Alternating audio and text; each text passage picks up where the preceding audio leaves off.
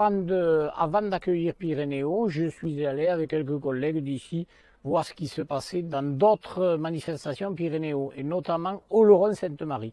La manifestation m'a plu énormément, non pas par le nombre de personnes que j'ai vues, mais surtout par l'esprit de la manifestation qui singularise et identifie les Pyrénées. Je suis un Pyrénéen convaincu. Je suis né là, j'ai grandi là, et j'espère que je pourrai mourir là.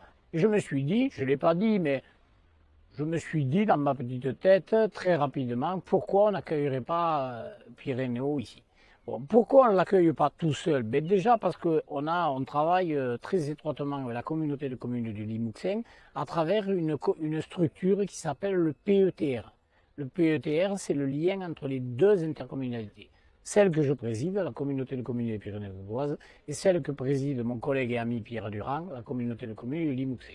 On travaille énormément ensemble sur plein de dossiers, et il faut dire que de manière pratique aussi, on n'a peut-être pas toutes les infrastructures acquis pour accueillir Pyrénéo seul. Les entreprises à faire visiter, on fera quelques manifestations ici, et Limoux, eh bien, ils prendront le reste. L'idée, c'est à travers Pyrénéo de travailler cette image des Pyrénées, parce que nous sommes vraiment des Pyrénéens, et nous, cette partie des Pyrénées, elle peut se singulariser par le reste, par son altitude.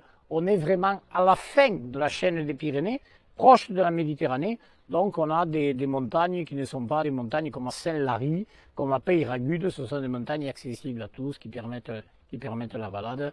Et donc j'ai pensé que ce serait un beau zoom sur notre territoire que d'accueillir Pyrénéo. On accueillera du monde, chacun, et puis on a toujours à gagner de partager avec les autres. Parce que si on reste recroquevillé sur nous-mêmes, on finit par avoir raison. Même lorsqu'on a tort, on finit par avoir raison. Et je trouve que c'est bien de partager, de s'enrichir des autres. Quelle synergie? Bien sûr qu'il y a des synergies. Déjà, le site, on est en Haute-Vallée de l'Aude. Et quand on quitte Carcassonne, Castelnaudary, on vient en Haute-Vallée. C'est une vallée très étroite qui commence par Limoux, qui se termine par Quillan et les alentours. Moi, je suis maire d'un petit village. Il y a 61 communes. Et je trouve que, pour ne parler par exemple que de l'agriculture, à Limoux, ils ont de la vigne. Ici, on a un peu de vigne, mais on a surtout de l'élevage. On a surtout des produits locaux que l'on sait sublimer, qu'on a des agriculteurs qui travaillent beaucoup en bio, la plupart en agriculture raisonnée, mais on fait de bons produits qu'on a cœur à proposer à nos visiteurs, aux touristes qui passent. Et je trouve que, ne serait-ce que par rapport à l'alimentation, eh bien, on a des synergies communes avec le territoire de Limousin. Et puis aussi, par rapport aux sites qu'on peut proposer, nous, on a des châteaux, on a des montagnes. À Limoux, ils ont un vignoble extraordinaire. Je crois qu'on peut, ensemble, proposer des produits terminés, des produits finis. Parce que quand on a la chance d'être propriétaire de gîtes ou de tables d'hôtes, de chambres d'hôtes, quand moi j'écoute les gens à travers des réunions qui sont organisées par l'office de tourisme, je m'aperçois que les gens, quel que soit le porte-monnaie qu'ils ont, ils veulent ne pas perdre une minute de leur temps quand ils sont en vacances.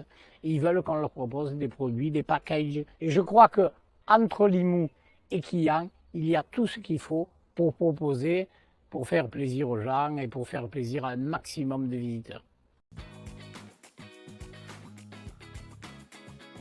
Je crois qu'on a fait beaucoup de boulot depuis 2014 pour essayer de faire travailler les gens ensemble. Ça dépend quel sujet on aborde. Si on aborde le tourisme, je l'ai dit un petit peu dans la question précédente, je crois effectivement qu'il y a beaucoup de travail à faire.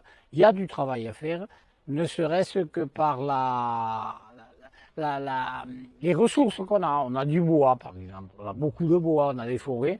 Et le bois, me semble-t-il, est sous-exploité dans les constructions. Eh bien, on a travaillé avec les architectes, avec les maîtres d'œuvre, pour mettre plus de bois dans les constructions de demain.